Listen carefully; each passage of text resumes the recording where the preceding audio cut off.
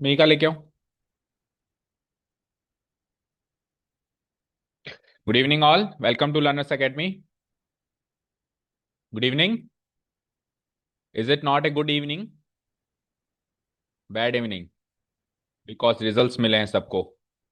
Results इतने अच्छे हैं कि ऑटोमेटिक इवनिंग अच्छी हो गई है, बहुत ज्यादा। Mihika, change your seating position fast, quick. और फिर होमवर्क भी लेके आओ। Question number 4 was given as homework. लेके आओ। आदित्य करके आया भाई। कर दो पास।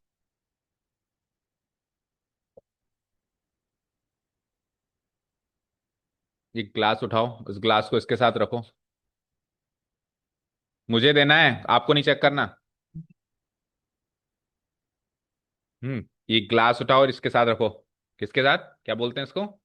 कैंपर। कितनी जल्दी याद रहता है कि सर ने क्या बोला था, गलत बोला था, बट थ्योरम याद नहीं रहती। join OA and OB, CD and AF are tangents. Angle OAD 90 degree. Angle OBF 9. Both angles are equal and co-interior, so lines are parallel.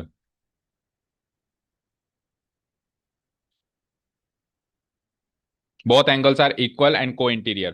तो क्या co-interior angles equal होते हैं? co-interior angles क्या होते हैं पहले तो ये बताओ, जिनको नहीं पता, क्योंकि आदित्य को तो पता है, बट बाकी लोग तो समझेंगे कि बात ही क्या हो रही है, ये नहीं समझ आ रहा। co-interior angles पता है?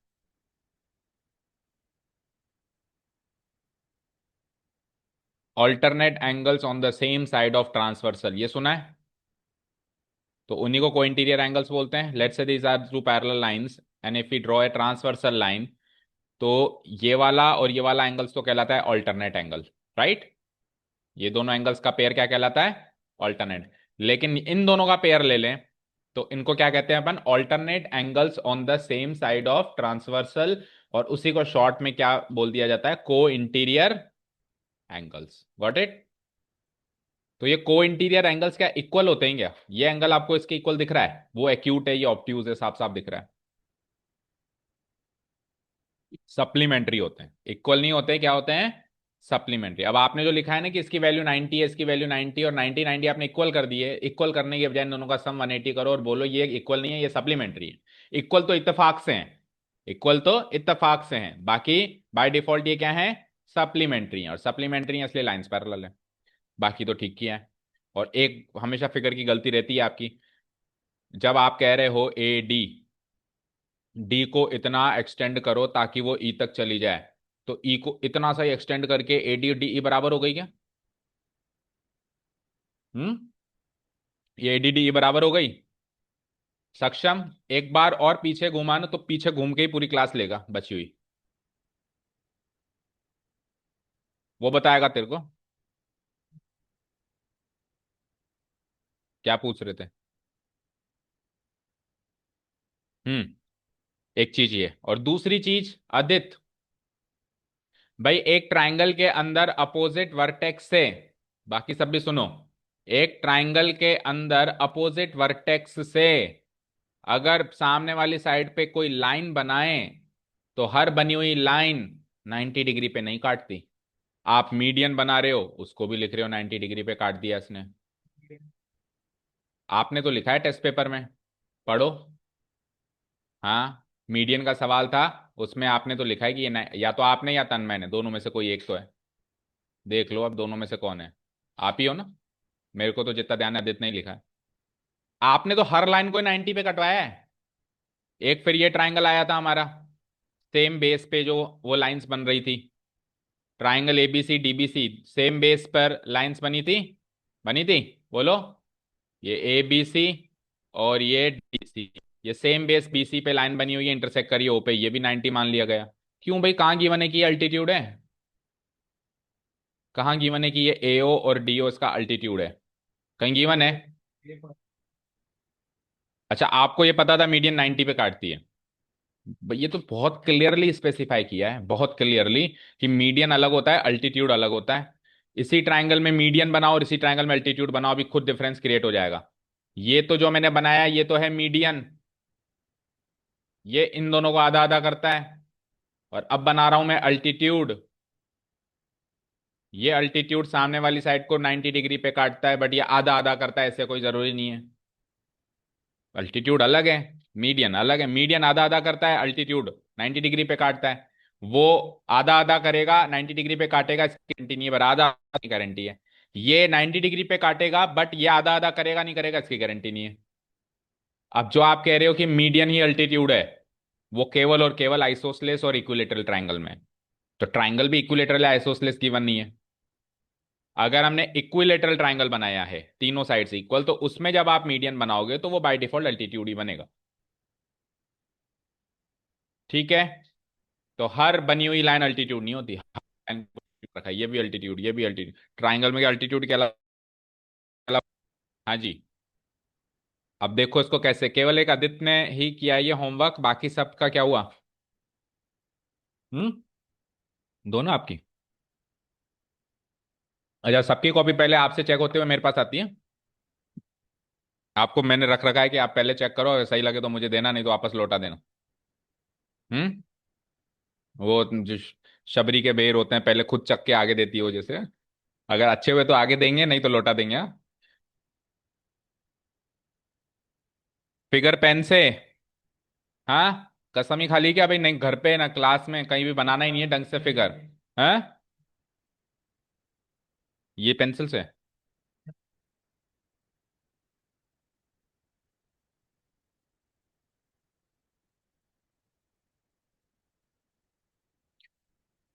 भाई थोड़ा प्रेजेंटेशन पे काम करो तन्मय। अब टाइम आ गया, अब एग्जाम आ ही गए, 2 महीने बाद 3 महीने बाद। इसको लाइटली मत लो। कुछ समझ नहीं आ रहा मुझे, मुझे पता है आपने सही किया, लेकिन जब मुझे समझ नहीं आ रहा, मैं आपको इतने टाइम से जान रहा हूँ, आपकी कॉपियां इतनी चेक कर ली, फिर भी मुझे समझ नहीं आ रहा, तो ऐसा कोई इंसान जो पहली बार आपकी कॉपी लेगा उसको क्या समझ आएगा, सोचो, वो तो आपको जानता भी नहीं है। तो थोड़ा सा इमेजिन करो कि क्या होगा उस समय जब मेरी ऐसी कॉपी उसके पास जाएगी। अच्छा, आपने अल्टरनेट एंगल से किया है। लो, ये भी दे दो, किसकी, ये किसकी है? किसकी? ये तन्मय की है, और वो किसकी थी? अच्छा, वो आपकी थी, तो बोल भी नहीं रहे हो। जब मैं विचार व्यक्त कर रहा हूं भाई ये कैसी कॉपी है, तो बता भी नहीं रहे हो कि सर मेरी है। मतलब दूसरे के नाम बिल फटने दो।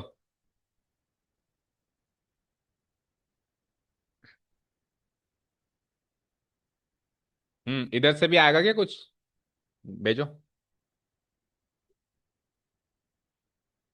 अकेली मोनिका ने किया है, बाकी दो? जयपुर गए थे? आगरा? बिल्कुल आधा किया है। बिल्कुल आधा कैसे करते हैं, दिखाओ।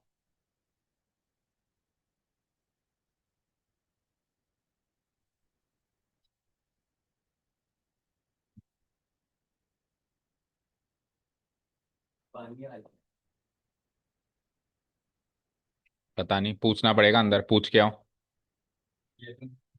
जाओ अंदर जाके पूछ के आओ, नहीं है तो फिर चेंज करवा के आओ।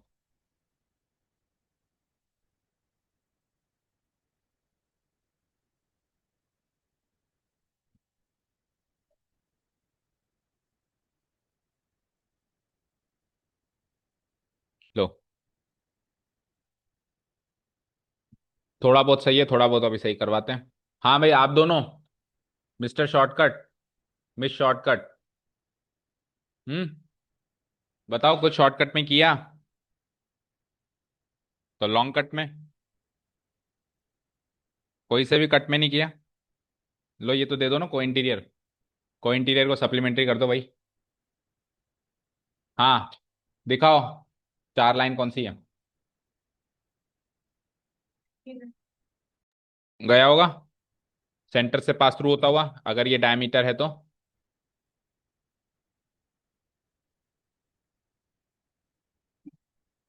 अब ये कह रहा है कि इसके एंड पॉइंट्स, डायमीटर के एंड पॉइंट्स पे दो एंड पॉइंट्स होंगे। एक लाइन सेगमेंट के दो एंड पॉइंट्स होते हैं, तो इसके भी दो ही होंगे, ए और बी।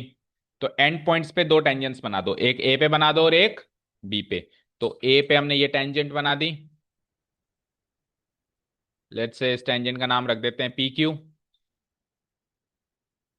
और बी पे ये दूसरी टेंजेंट बना दी, लेट्स से इसका नाम रख देते हैं Q R R S.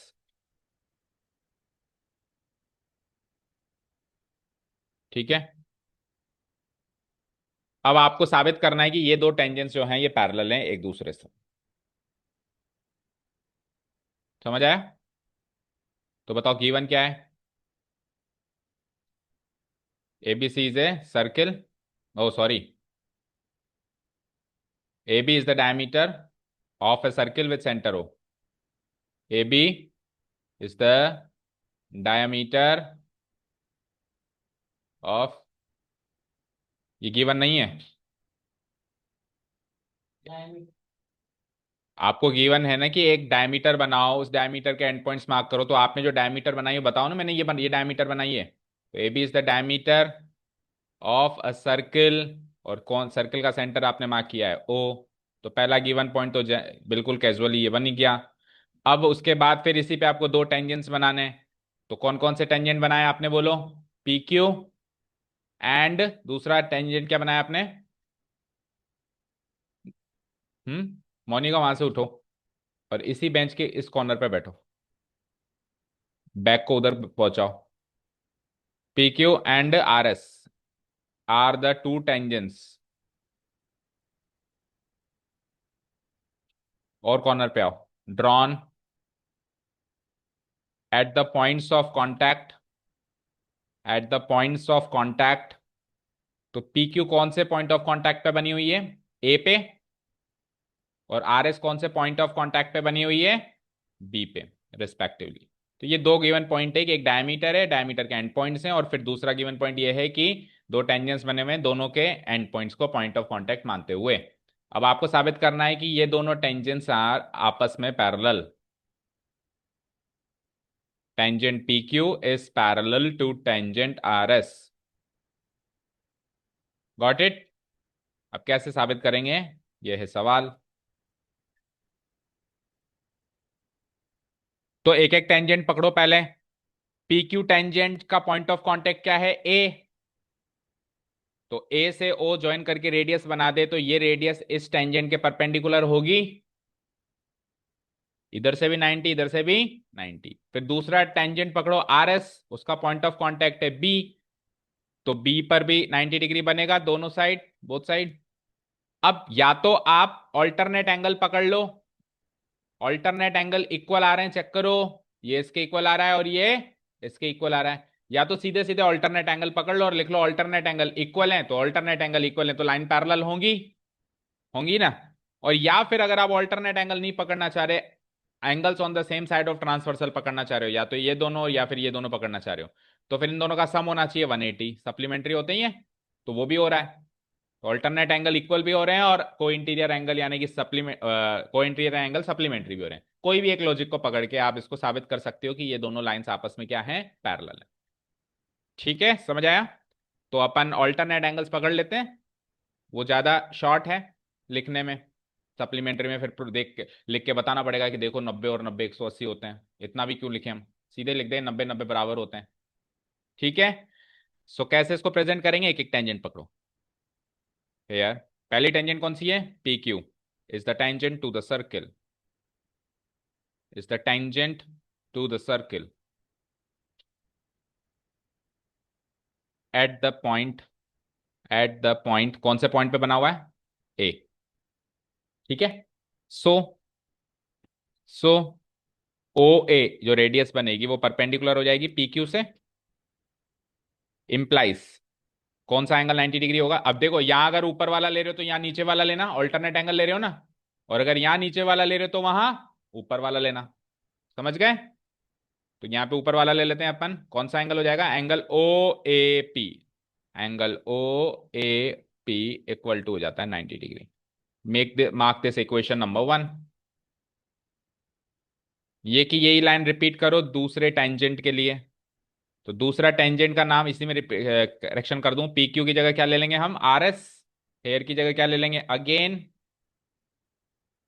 Is the tangent to the circle at the point, क्या ले लेंगे, बी। तो कौन किसके परपेंडिकुलर हो जाएगा, रेडियस ओ बी परपेंडिकुलर हो जाएगा टेंजेंट आर एस से। तो यहां से इंप्लाई करेंगे अपन, अब नीचे वाला लो, उसमें ऊपर वाला लिया है तो नीचे वाला लो, O B S, angle O B S equal to कितना हो जाएगा, 90 डिग्री। This will be our equation number 2। अब from equation 1 and 2 you can clearly see that in ये दोनों angle 90 90 R H S equal हो गए ना, तो एल एच एस भी क्या हो जाएंगे, इक्वल हो जाएंगे। Now from equation 1 and 2 we get, जिसने जो भी किया है वो कुछ अगर करेक्शन करना चाहे अपने सॉल्यूशन में तो इसमें से देख के करो। वी गेट दिस एंगल, यानी angle O A P is equal to angle O B S. तो हमने ये वाला एंगल इसके इक्वल कर दिया, इतना कर दिया। अब अपन लिखेंगे बट ये दोनों तो अल्टरनेट एंगल्स हैं, और अल्टरनेट एंगल्स इक्वल प्रूव हो चुके हैं, that means lines are parallel. But but these two angles these two angles but considering और वो बताओ ट्रांसवर्सल किसको माने, considering A B as the transversal, considering A B as the transversal, अगर A B को ट्रांसवर्सल मान लिया जाए तो ये दोनों एंगल्स जो हैं वो क्या बनेंगे, अल्टरनेट एंगल्स। कौन कौन से, जो भी अपन इक्वल साबित किए, ओ ए पी और O B S, angle O A P and angle O B S are the alternate angles। और साथ में लिखो ये alternate angles तो हैं बट ये इक्वल भी हैं, and they are equal also, and they are equal also proved. ये इक्वल हैं, यह बात हम प्रूव करके आए हैं, proved, proved above. So so PQ is parallel to RS, hence proved। समझ आया?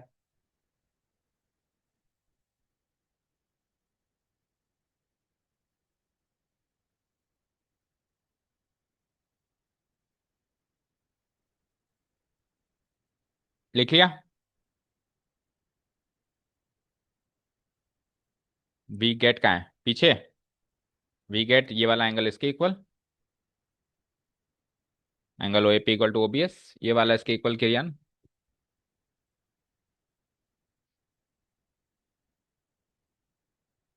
कर दूं delete? Okay, go to the next question. अब नेक्स्ट क्वेश्चन बिल्कुल फर्जी क्वेश्चन है, मतलब not from the examination point of view वाला क्वेश्चन है, एनालिटिकल थिंकिंग वाला। देखो पढ़ो।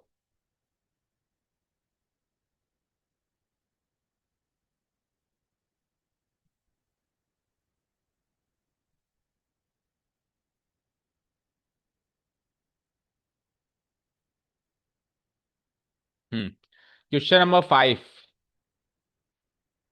Prove that the perpendicular at the point of contact, perpendicular drawn at the point of contact, किसी पॉइंट ऑफ कॉन्टैक्ट पे जो आप परपेंडिकुलर बनाओगे टेंजेंट के, यानी टेंजेंट पहले बना हुआ है, टेंजेंट ऑलरेडी पहले से बना हुआ है, उस टेंजेंट का पॉइंट ऑफ कांटेक्ट भी दिख रहा होगा आपको, तो उस पॉइंट ऑफ कांटेक्ट पर आप टेंजेंट से परपेंडिकुलर एक लाइन बना दोगे सर्किल के अंदर, तो वो लाइन सेंटर से पास थ्रू होती हुई जाएगी, ऑब्वियसली जाएगी क्योंकि वो लाइन बनेगी डायमीटर।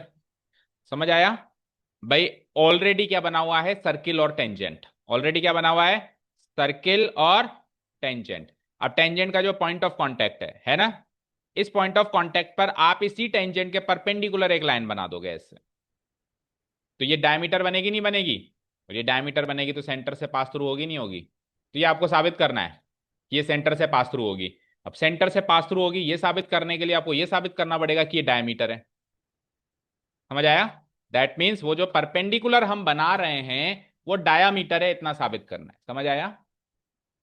यानी टेंजेंट से परपेंडिकुलर बनाई जाए पॉइंट ऑफ, भाई टेंजेंट से परपेंडिकुलर बहुत सारी बना सकते हैं, ये भी टेंजेंट से परपेंडिकुलर है, ये भी टेंजेंट से परपेंडिकुलर है, ये भी टेंजेंट से परपेंडिकुलर, बहुत सारी परपेंडिकुलर बन रही है, बट जो पॉइंट ऑफ कांटेक्ट पे बनेगी वो डायमीटर होगी, बाकी कोई भी डायमीटर नहीं है इनमें से। जब अपन लाइन बनाएंगे तो पूरी टू द सर्किल, सर्किल को पूरा पार करके बनाएंगे। ठीक है। अब देखो उसने कहा कि passes through the centre, centre से पास थ्रू करके जाएगी तो रेडियस को भी क्रॉस कर गई ना। ठीक है, क्लियर। डन। अब इसको साबित कैसे करें, फिगर बनाते हैं।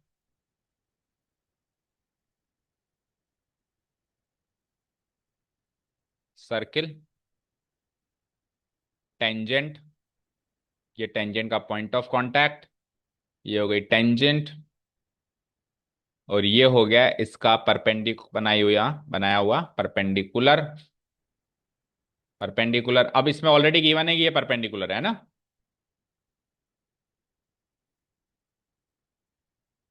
लेट से टेंजेंट का नाम रख लेते हैं पी क्यू,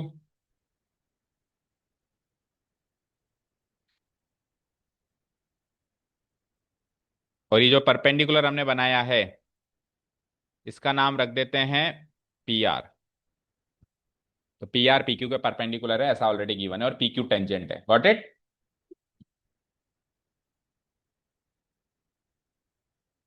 कर दो तो कर दो, लेकिन उसका क्वेश्चन और उसके सॉल्यूशन पे कोई इफेक्ट नहीं है। तो कर देंगे तो भी उधर का नहीं लेना देखना अपने को, नहीं करेंगे तो भी नहीं देखना, आपकी मर्जी। ठीक है, देखें। तो गिवन है,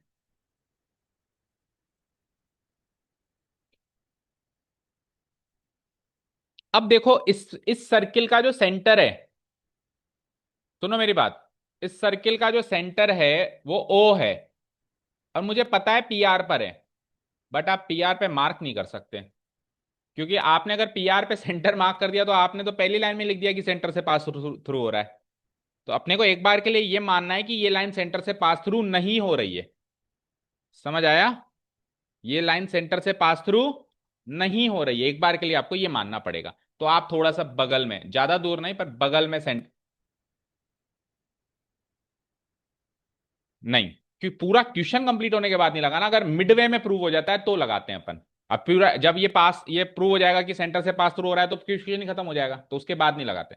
डन। तो थोड़ा सा बगल में ओ को मार्क करो, जबकि ये है ओ इसके ऊपर, ये मुझे पता है। Okay. P Q is a tangent.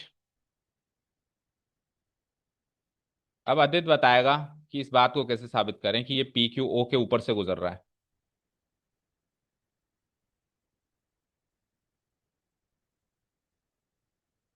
To a circle with centre O,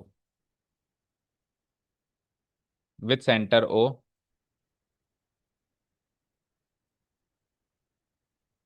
at the point of contact P, at the point of contact P, पहला पॉइंट। दूसरा पॉइंट परपेंडिकुलर वाला लिखो।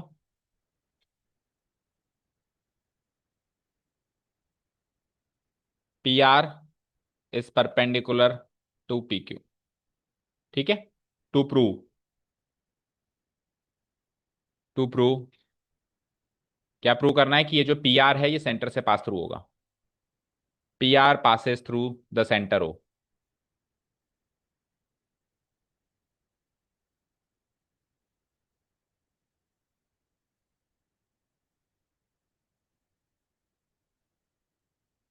बोलो आदित्य।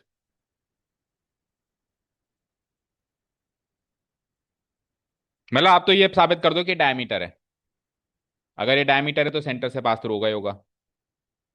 इस बात पे कम फोकस करो कि सेंटर से कैसे पास करवाएं, इस बात पे ज्यादा फोकस करो कि इसको डायमीटर कैसे साबित करें।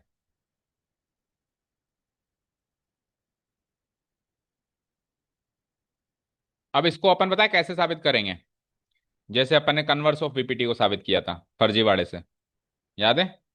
उल्टा मान के, याद है? कन्वर्स ऑफ वीपीटी का प्रूफ याद है क्या किसी को? अजय सर आपने तो कहा था इंपॉर्टेंट ही नहीं है, तो क्यों ही करना है ना। हम्म।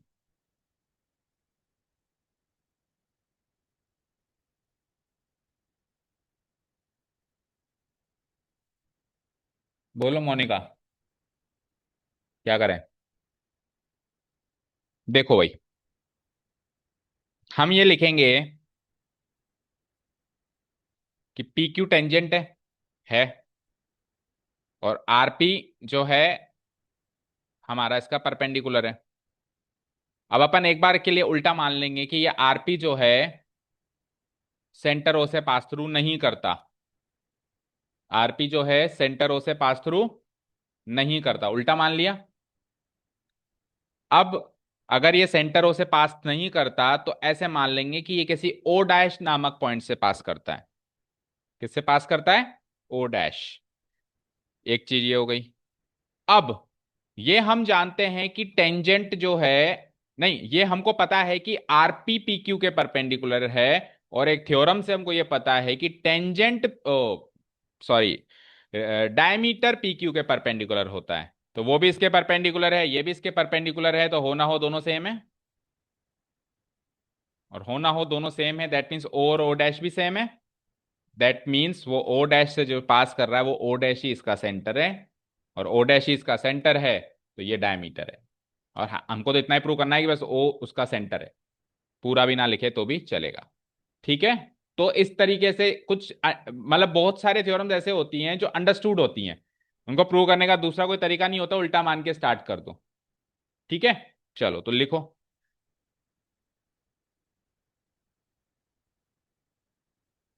Hair it is given that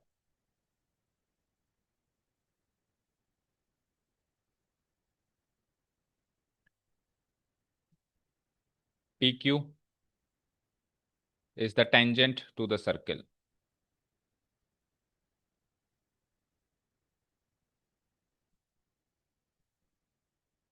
at the point P. At the point P.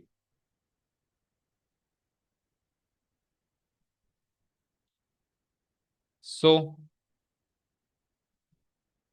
tangent PQ will be perpendicular to the diameter of the circle.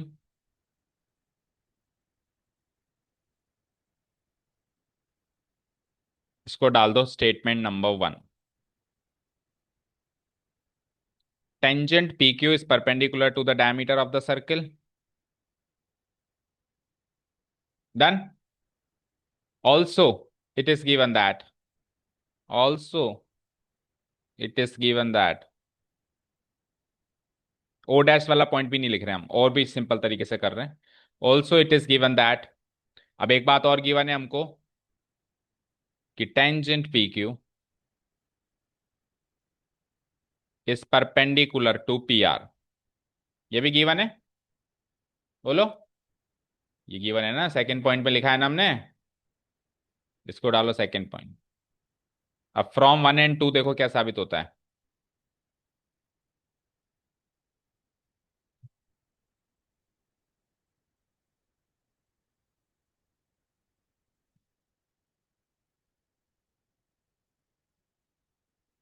Hello. Mika लो, बात करो। सो फ्रॉम 1 and 2 लिखो आप लोग।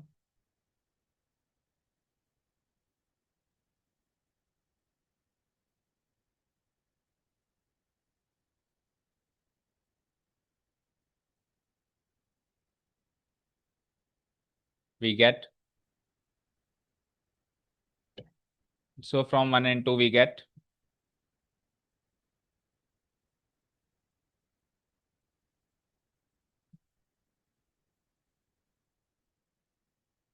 P R is the P R is the diameter of the circle.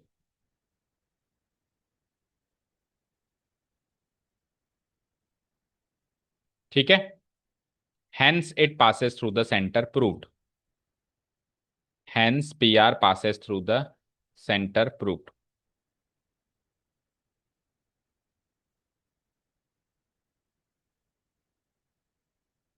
Centre O, proved.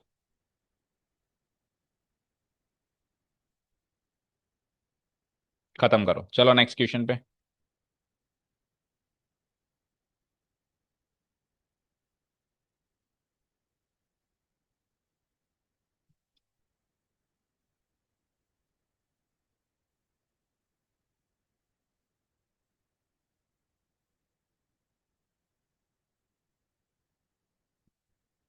Next question. ठीक है, हो गया ये। चले नेक्स्ट क्वेश्चन पे।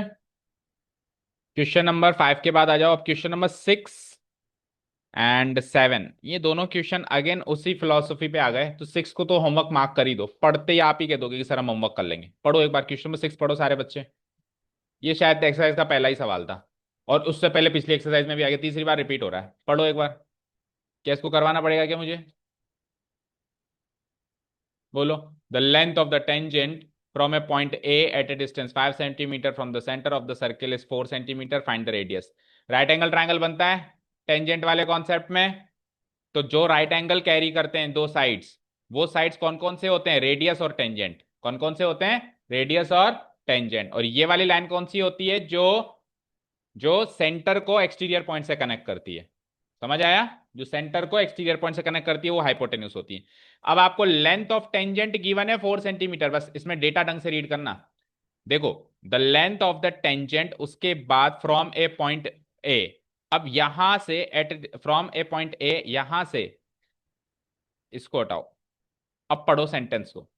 The length of a tangent from a point A is 4 centimetre, यानी टेंजेंट की length है 4 सेंटीमीटर। तो टेंजेंट मान लो, ये मान लेते हैं अपन।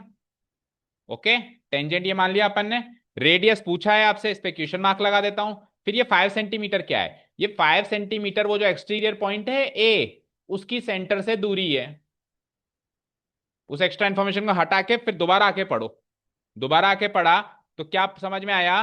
कि ये जो पॉइंट ए है ना, एक्सटीरियर पॉइंट, जो पॉइंट ए है ना एक्सटीरियर पॉइंट, ये ए एक्सटीरियर पॉइंट है। कैसे पता चला? क्योंकि देखो क्या लिखा हुआ है, the length of the tangent from a point ए। तो टेंजेंट किसी बाहरी पॉइंट ए से आ रही है, फ्रॉम ए पॉइंट ए, तो ए एक्सटीरियर पॉइंट हो गया।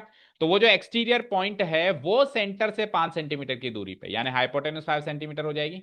इसी को आप सर्किल का रूप दे दो बस। समझ आया? ठीक है, क्लियर है? तो आंसर 3 सेंटीमीटर हो जाएगा। बोलो क्लियर है क्या? हम्म। नहीं है क्लियर? नहीं है।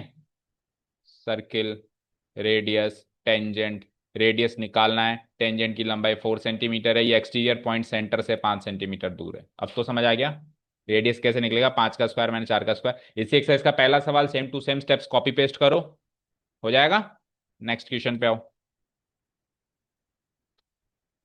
To concentric circles are of radii 5 centimetre and 3 centimetre, find the length of the कोड of the larger circle which touches the smaller circle. अब ये क्वेश्चन अच्छा है।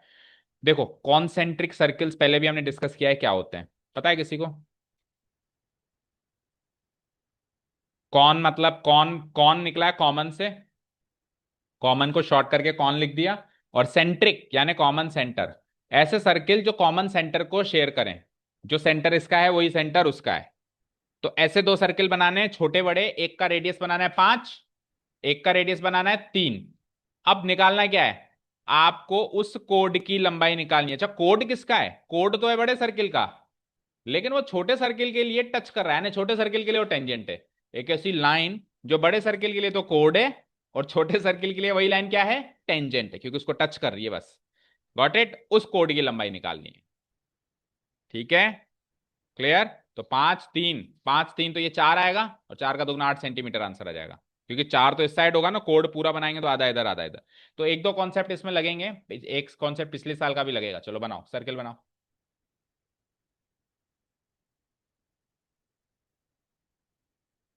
कॉन्सेंट्रिक सर्किल बनाओ, छोटा बड़ा।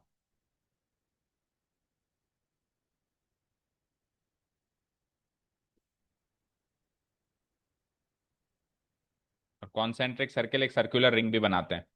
तो कॉन्सेंट्रिक सर्किल आपके सरफेस एरिया वाले में चैप्टर में भी आएंगे, अगले चैप्टर में भी आएंगे। अब देखो, एक ऐसी कोड बनाओ बच्चों जो कि छोटे सर्किल के लिए तो टेंजेंट का काम करे। छोटे सर्किल के लिए क्या काम करे? टेंजेंट का, यानी उसको तो एक पॉइंट पे छू के निकल जाए। तो ये वो पॉइंट मान लेते हैं जहां पे छू के निकल रही है। तो ये देखो, ये हो गई इसकी टेंजेंट। बट ये ध्यान से देखो, बड़े सर्किल के लिए कोड है। बड़े सर्किल के दो ऐसे पॉइंट्स को कनेक्ट करिए जो ऑन द सर्किल लाई करें, तो उसके लिए कोड है, इसके लिए टेंजेंट। इस लाइन सेगमेंट की लंबाई चाहिए टोटल, पूरी पूरे कोड की लंबाई चाहिए। Got it? आपको रेडियस दे रखा है दोनों का 5 और 3, तो सेंटर तो कॉमन है दोनों का ओ। इसका रेडियस 5 है तो इसका रेडियस यहां बनाओ, इसका रेडियस यहां बनाओ ऐसे, और इसका रेडियस यहां बनाओ ऐसे, और इसका रेडियस दो तरीके से बनाओ, इधर भी बनाओ, या फिर नहीं भी बनाएंगे तो चलेगा, रहने दो, हम एक थ्योरम लगाएंगे। अगर आप बनाते हो, अगर दूसरी साइड भी रेडियस बनाते हो तब तो कॉन्ग्रुएंस रूल लगेगा, और अगर आप नहीं बनाते हो तो सीधी एक थ्योरम लगेगी। याद है पिछले साल सीखी थी कि सेंटर से परपेंडिकुलर ड्रॉ करेंगे किसी भी कोड पे तो कोड को बाइसेक्ट करेगी, तो या तो सीधे सीधे वो थ्योरम लगा दो, we know that perpendicular drawn from the centre to A code bisects the code. और अगर नहीं, आपको ये नहीं आती थ्योरम, तो फिर आप दोबारा दूसरा रेडियस बनाओ और दोनों को कॉन्ग्रुएंट साबित करो, दोनों ऑप्शन है आपके पास। ठीक है, तो ओ, इसको ले लो P, और इसको ले लो A।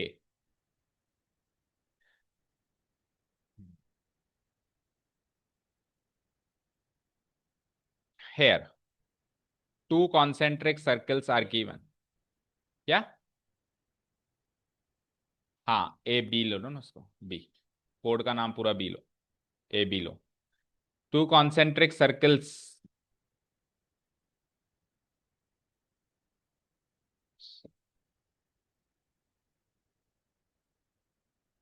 With the common centre O. लेकिन कॉमन सेंटर क्या है वो तो बताओ। Common centre O, common centre तो है लेकिन वो कौन है, क्या है वो कॉमन सेंटर? ओ है। Are given, are given with radii, अब रेडियाई मार्क कर दो दोनों के, विथ रेडियाई। तो बड़े सर्किल का रेडियस हमने क्या मार्क किया है, ओ ए इक्वल टू 5 सेंटीमीटर, और छोटे सर्किल का रेडियाई क्या मार्क किया है अपन ने, रेडियस ओपी इक्वल टू कितना है, 3 सेंटीमीटर।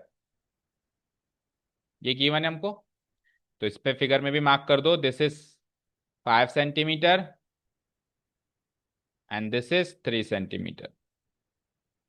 तो 5 3 4 हो गया, ये 4 हो गया तो बाइसेक्ट हो रहा है, ये आधा आधा, 4 4 8 आंसर आ गया ना। तो दो कॉन्सेप्ट यूज हो रहे हैं, एक तो tangent is perpendicular to the radius वाला, और एक परपेंडिकुलर ड्रॉन बाइसेक्ट्स द कोड। ये दो कॉन्सेप्ट की मदद से सॉल्व हो जाएगा। समझ आया? चलो नाउ,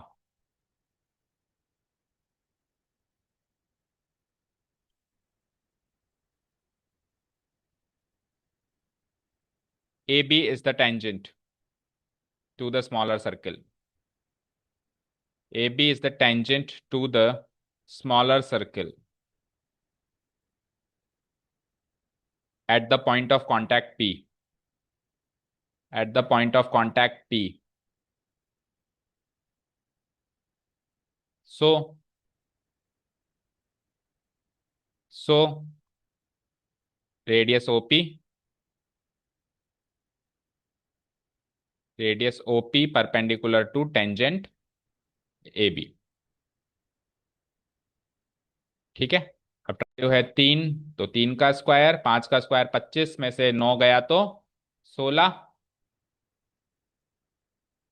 16 बचा। तो ये 16 किसकी वैल्यू आई है, एपी स्क्वायर की वैल्यू आई है। तो आपको एपी चाहिए तो रूट कर देंगे, मेरे पास स्पेस नहीं है तो आप इसके नीचे लिखना, मैं यहां लिख रहा हूं, इम्प्लाइज एपी हो जाएगा √16। यहां तक क्लियर है? यानी ये एपी आ चुका है कितना, यहां से लेके यहां तक ये 4 सेंटीमीटर आ चुका है, यहां से लेके यहां तक। अब अपन दूसरा कॉन्सेप्ट लगाएंगे, बाइसेक्ट्स द कोड वाला, लगा दें?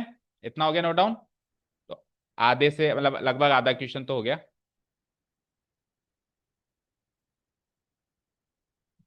हो गया, ओके। अगेन एक कॉन्सेप्ट तो लग गया, अब दूसरा concept again, OP is perpendicular, sorry again, A B, देखो पहले क्या लिखा, इधर देखो, पहले क्या लिखा, A B is the tangent to the smaller circle, लिखा आपने? इसी लाइन को बदल के लिखो, ए बी इज द कोड of the larger circle. Smaller circle के लिए टेंजेंट है और लार्जर सर्किल के लिए वो कोड है, क्योंकि अब कोड का कॉन्सेप्ट लग रहा है, पहले टेंजेंट का कॉन्सेप्ट लगाया था, अब किसका कॉन्सेप्ट लगाएंगे, कोड का। तो पहले बताना पड़ेगा ये कोड है। ठीक है, again A B is the कोड of the larger circle, of the larger circle, and OP is perpendicular to OP is perpendicular to कोड ए बी।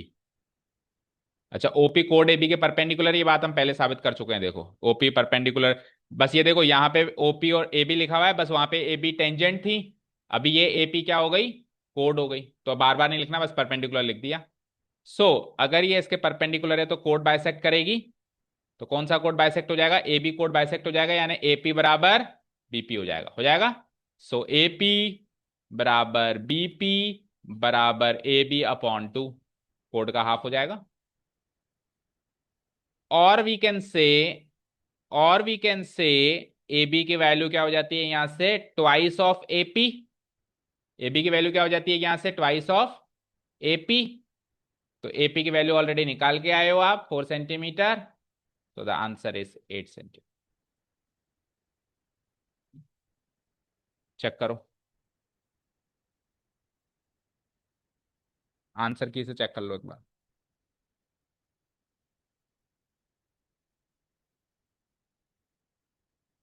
हो गया। अगले क्वेश्चन का फिगर बनाओ। टाइम नहीं है आपके पास, बड़े बिजी हो आप।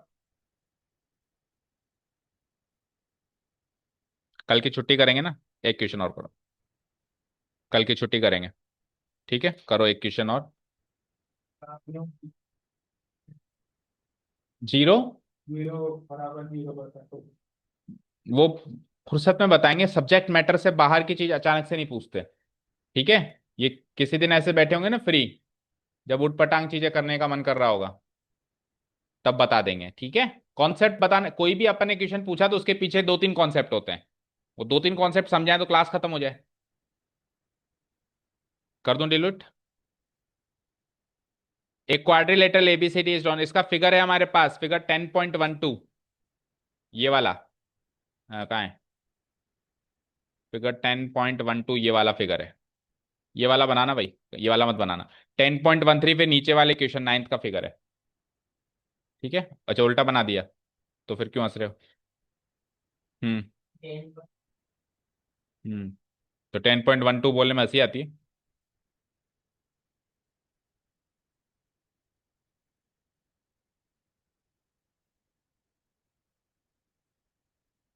अब आपको राइट साइड फिगर बनाना है बेटा, बोलने की जरूरत नहीं है। अभी मेरे पास यहाँ पे लेफ्ट साइड बना हुआ है, तो मैं लेफ्ट साइड वाले फिगर को देख के सॉल्व करवा रहा हूँ, बट आपको ये फिगर राइट साइड बनाना। और अगर आपको लगता है कि बड़ा सारा फिगर है राइट साइड में पूरा नहीं आता है, तो दूसरा ऑप्शन है सेंटर पे बनाना है, बट लेफ्ट साइड तो कभी भी नहीं बनाना है। मिहिका आप नहीं बना रहे हो फिगर, तो क्या सोच रहे हो, अच्छा।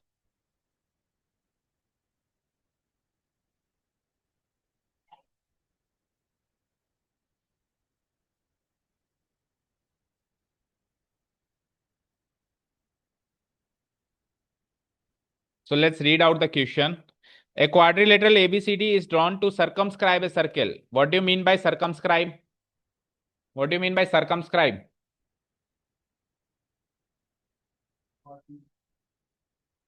तो क्वाड्रिलेटरल के अंदर सर्किल तो यूं भी हो सकता है।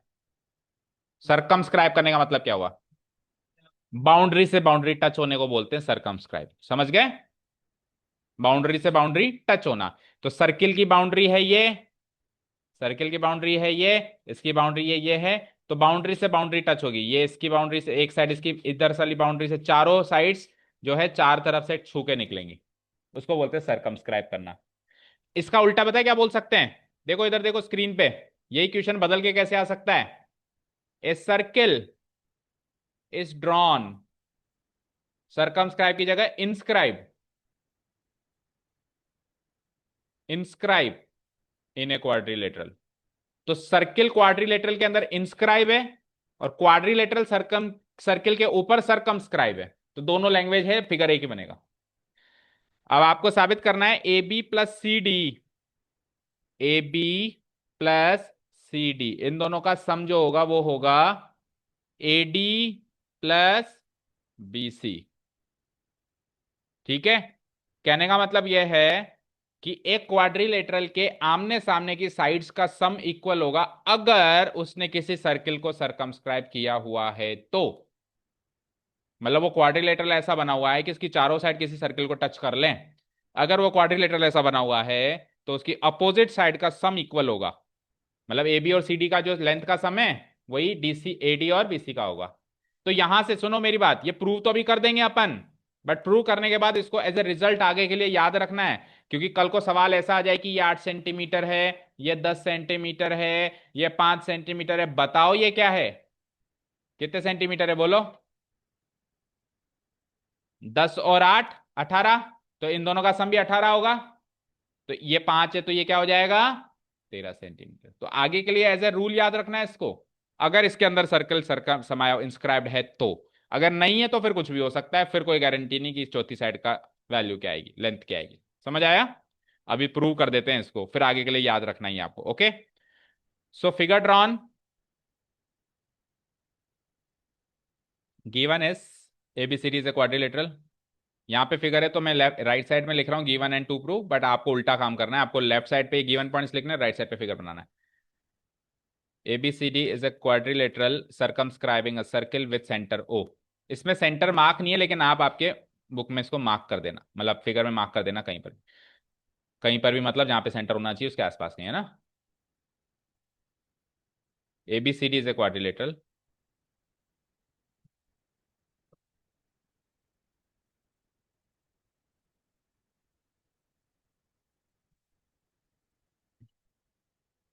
circumscribing a circle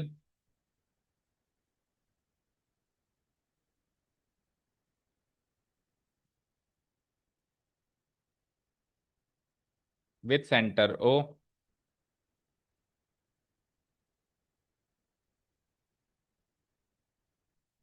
अब वो सर्किल को सर्कमस्क्राइब कौन से पॉइंट पे कर रहा है, कौन से टच पॉइंट्स पे सर्किल को टच कर रहा है, P पर, Q पर, R पर और S पर, right. Touching it at the points, touching the circle या touching it at the points, circumscribe करेगा तो छू के निकलेगा चार जगह से, तो कौन कौन से पॉइंट्स पे छू के निकले, touching it at the points P Q R and S, ये हो गया हमारा गिवन पॉइंट। अब अगर एक सर्किल सर्कमस्क्राइब करेगा तो साबित ये करना है कि उसके आमने सामने की साइड्स का सम इक्वल होगा। तो टू प्रूव वाली लाइन एज इट इज लिख लो, जैसे क्वेश्चन में गिवन है, AB plus C D equal to AD plus BC, AB plus CD equal to AD plus BC। Start करें प्रूफ सेक्शन। ओके, आया कुछ आइडिया कि कैसे इसको प्रूव कर सकते हैं? आ गया, आदित्य को आ गया, मोनिका, तन्मय, मिहिका, सक्षम। चैप्टर का नाम क्या है? मैंने बताया था सर्किल तो है, लेकिन आप कुछ और माना, सर्किल्स एंड टेंजेंट्स। तो सर्किल्स एंड टेंजेंट्स अगर चैप्टर का नाम, अभी जितने भी सवाल किए, किसी भी सवाल में टेंजेंट के बाहर की कोई बात की गई क्या? हर सवाल में टेंजेंट ही टेंजेंट, टेंजेंट ही टेंजेंट है। तो इसको भी टेंजेंट के नजरिए से देखो, तो कितने टेंजेंट है सर्किल के ऊपर आते हुए? 4 हैं। वैसे तो 4 हैं, बट अगर तोड़ दे तो 8 हैं। देखो, आप बीपी और बीक्यू को दो अलग अलग टेंजेंट मान सकते हो, सेम एक्सटीरियर पॉइंट बी से निकल रहा है तो ये बराबर होंगे। फिर सेम एक्सटीरियर पॉइंट सी से भी दो टेंजेंट है, C R and C Q, तो ये दोनों भी बराबर होंगे लेंथ में। फिर सेम एक्सटीरियर पॉइंट डी से भी दो टेंजेंट है, तो ये दोनों भी बराबर होंगे। और सेम एक्सटीरियर पॉइंट ए से भी तो दो टेंजेंट है, तो ये दोनों लंबे छोटे कहाँ हैं? ये टेंजेंट आपस में बराबर है, ये उनसे बराबर हैं, ये गारंटी नहीं। सेम एक्सटीरियर पॉइंट से दो टेंजेंट जा रहे हैं, ये दोनों बराबर हैं। फिर कोई दूसरा सेम एक्सटीरियर पॉइंट से दो टेंजेंट जा रहे हैं, वो दोनों बराबर हैं, ये इनके बराबर है, वो कोई गारंटी नहीं है। ठीक है,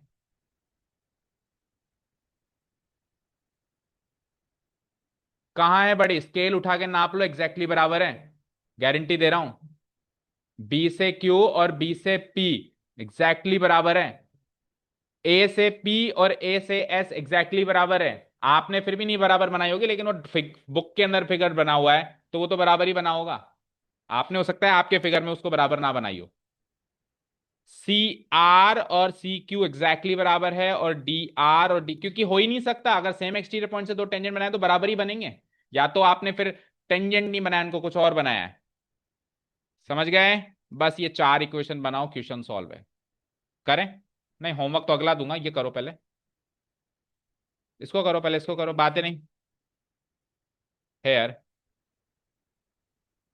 छुट्टी ऐसे ही थोड़ा ना मिलती है, छुट्टी के लिए तपस्या करनी पड़ती है। पहले एक एक एक्सटीरियर पॉइंट पकड़ लेते हैं, ए है ना, पहले ए फिर बी फिर सी और फिर डी। है यार, ए से दो टेंजेंट बताओ कौन कौन से हैं? AP and S. AP and S are the two tangents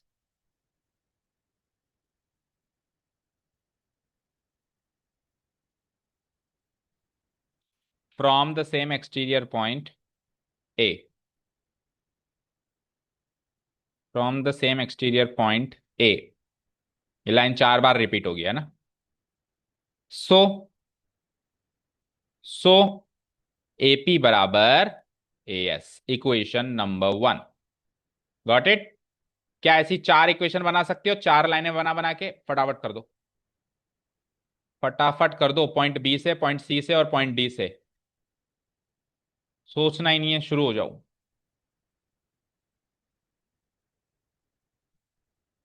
2 minute का टाइम है। 4 इक्वेशंस बनाओ, 4 लाइंस लिखनी है, और ए ले लिया तो फिर पॉइंट बी लो, फिर पॉइंट सी लो, और फिर पॉइंट, क्या कह रहे हो? अच्छा, आपने डी ले लिया, ठीक है। वैसे फ्लो में लेने से थोड़ा सा इक्वेशंस ढंग से बन जाती हैं, बट ठीक है, ले लिया तो काटो मत उसको, बट फ्लो में ही चलो। जिन्होंने नहीं लिया, ए के बाद बी, बी के बाद सी, सी के बाद डी।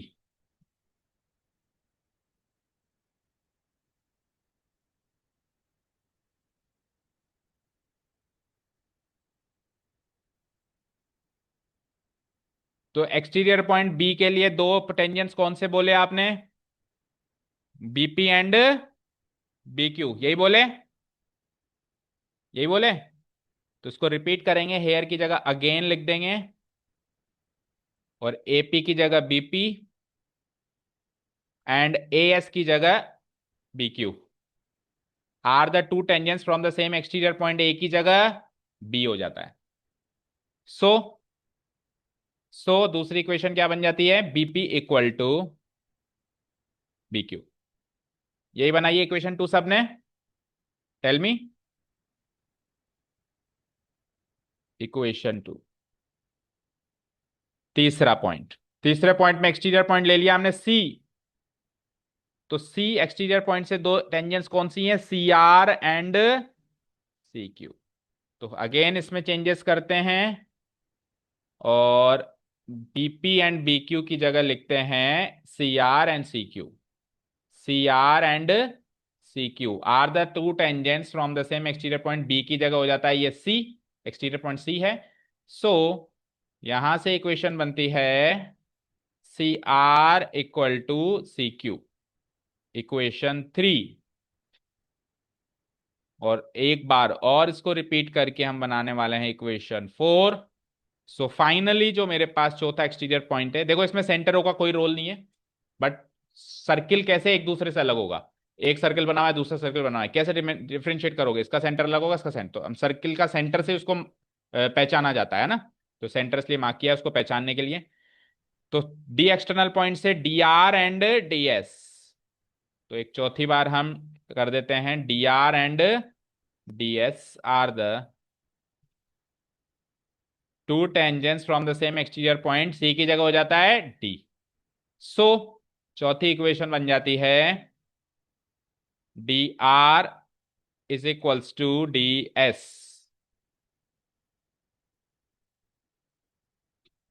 हाँ जी, 4 इक्वेशन सबकी बन गई क्या? विथ प्रॉपर स्टेप्स सबकी बन गई। अब चारों इक्वेशन बनने के बाद सारे बच्चे ये कंफर्म करो कि AP BP C R D R एक साइड होने चाहिए, या तो चारों एलएचएस में होने चाहिए, चारों आरएचएस में होने चाहिए। दूसरी तरफ A S B Q C Q D S भी चारों एक साइड ही होने चाहिए। कोई ऐसा बच्चा जिसका कोई एक फ्लिप होके बनाओ, हाथ खड़े कर दो। कौन सा वाला फ्लिप होके बनाया आपने? बी क्यू इक्वल टू, मतलब बी क्यू एलएचएस में लिख दिया और बी आर आरएचएस में, उसके अलावा बाकी 3 इक्वेशन ऐसी बनी है। हाँ,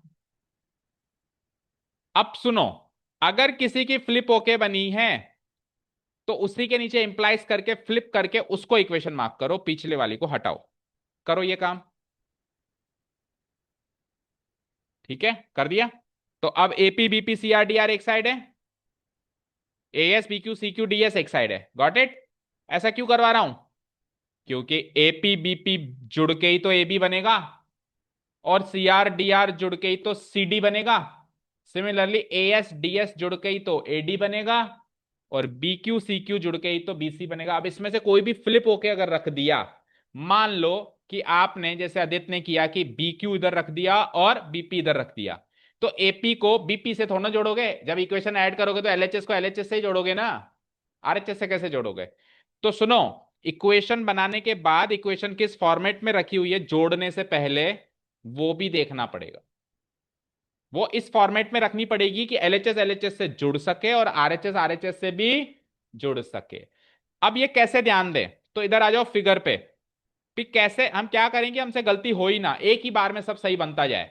तो फिगर पे आ जाओ सारे बच्चे, सारे बच्चे फिगर पे आओ। हमको जोड़ना था, जो मैंने फिगर पे आने के लिए बोला है ना, एलएचएस क्या है हमारे पास, इधर देखो स्क्रीन पे, जो प्रूव करना है उसका एलएचएस क्या है बोलो। तो ए बी को दो टुकड़ों में तोड़ा तो क्या बना, एपी और पीपी। तो जब आप एपी लिख रहे हो तब आप ध्यान रखो कि वो एलएचएस में लिखा जा रहा है, और जब आप बीपी लिख रहे हो तो वो भी एलएचएस में लिखा जा रहा है। फिर सीडी है, तो सीडी के दो टुकड़े कौन से हैं, सी आर और D R. That means AP BP C R D R LHS में आएंगे। और आरएचएस में है एडीबीसी, तो एडी के दो टुकड़े करते हैं तो क्या बनता है, ए एस और डीएस, और बीसी के दो टुकड़े करते हैं तो क्या बनता है, बी क्यू और सी क्यू। तो मेक श्योर कि ये चारों आरएचएस में आएंगे, तभी तो जुड़ के वो आरएचएस बनाएंगे और ये एलएचएस बनाएंगे। तो ये ध्यान शुरू से ही ध्यान दें तो इक्वेशन वैसे की वैसी बन जाएंगी। अब तो सभी जानते हैं क्या करना है इसके आगे, तो क्या करना है बोलो, adding equation 1 2 3 4 and you will have your answer. Adding equation 1 2 3 4 we get, जोड़ दो चारों को, एलएचएस को एलएचएस से, आरएचएस को आरएचएस से। Now adding equation 1 equation 2 equation 3 and equation 4 we get,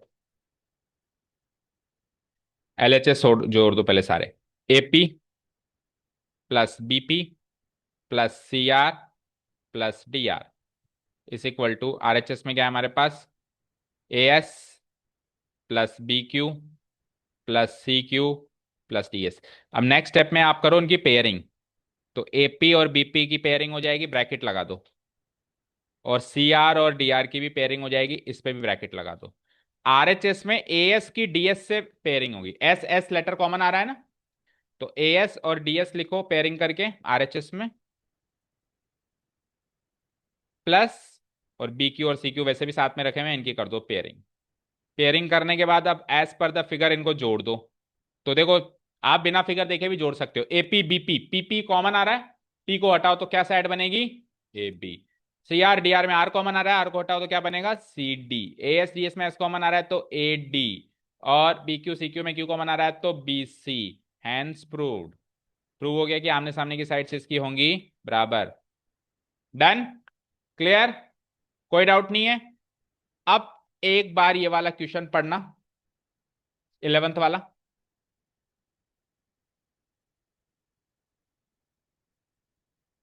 eleventh वाला क्वेश्चन पढ़ो सारे बच्चे।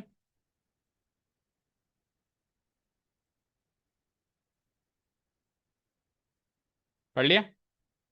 क्या पढ़ा?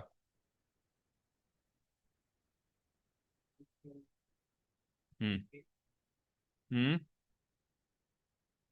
आगे एक सर्किल है, इसके अभी देखना किसी का ये डायरेक्ट के ऊपर एक पैरेललोग्राम। देखो अभी हमने जो क्वेश्चन किया उसमें पैरेललोग्राम की जगह क्या था, कोई भी क्वाड्रिलेटरल, एनी क्वाड्रिलेटरल, यस। अब कोई भी क्वाड्रिलेटरल नहीं है, अब क्या है, पैरेललोग्राम है। तो सुनो, अगर ये पैरेललोग्राम की जगह कोई भी क्वाड्रिलेटरल होता तो आमने की सामने की साइड तो बराबर हो ही जाती ना, अभी हुई ना। तो आमने सामने की साइड कौन कौन सी है, A B plus C D equal to, आगे बोलो, ए डी प्लस, ये तो हो ही जाना है, कोई रोक ही नहीं सकता इसको। अब अगर पता चला कि साहब वो कोई आम क्वाड्रिलेटरल नहीं था, वो तो पैरेललोग्राम था, तो अगर वो पैरेललोग्राम था तो पैरेललोग्राम क्या होता है, जिसके आमने सामने की साइड्स इक्वल होती हैं, तो ए बी और सी डी इक्वल है क्या? और ए डी और बी सी भी इक्वल है।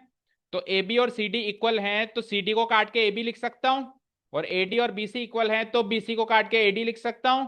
तो ये ट्वाइस ए बी हो गया, ये ट्वाइस ए डी हो गया, 2 से 2 कट के ए बी बराबर ए डी हो गया। ए बी और ए डी तो एडजेसेंट साइड्स हैं, तो एक पैरेललोग्राम की अगर एडजेसेंट साइड्स ही बराबर हो जाए तो चारों साइड्स बराबर हो जाती हैं, और चारों साइड्स बराबर हो जाती है तो रोम्बस बन जाता है। स्क्वायर बनेगा तो square is also rhombus. Square rhombus की अगली कड़ी, आप रोम्बस तक ही प्रूव करो ना। जब रोम्बस के चारों एंगल्स इक्वल होते हैं तो वो स्क्वायर होता है, तो स्क्वायर बनने के बाद भी वो रोम्बस है। होमवर्क है ये, सुन लिया।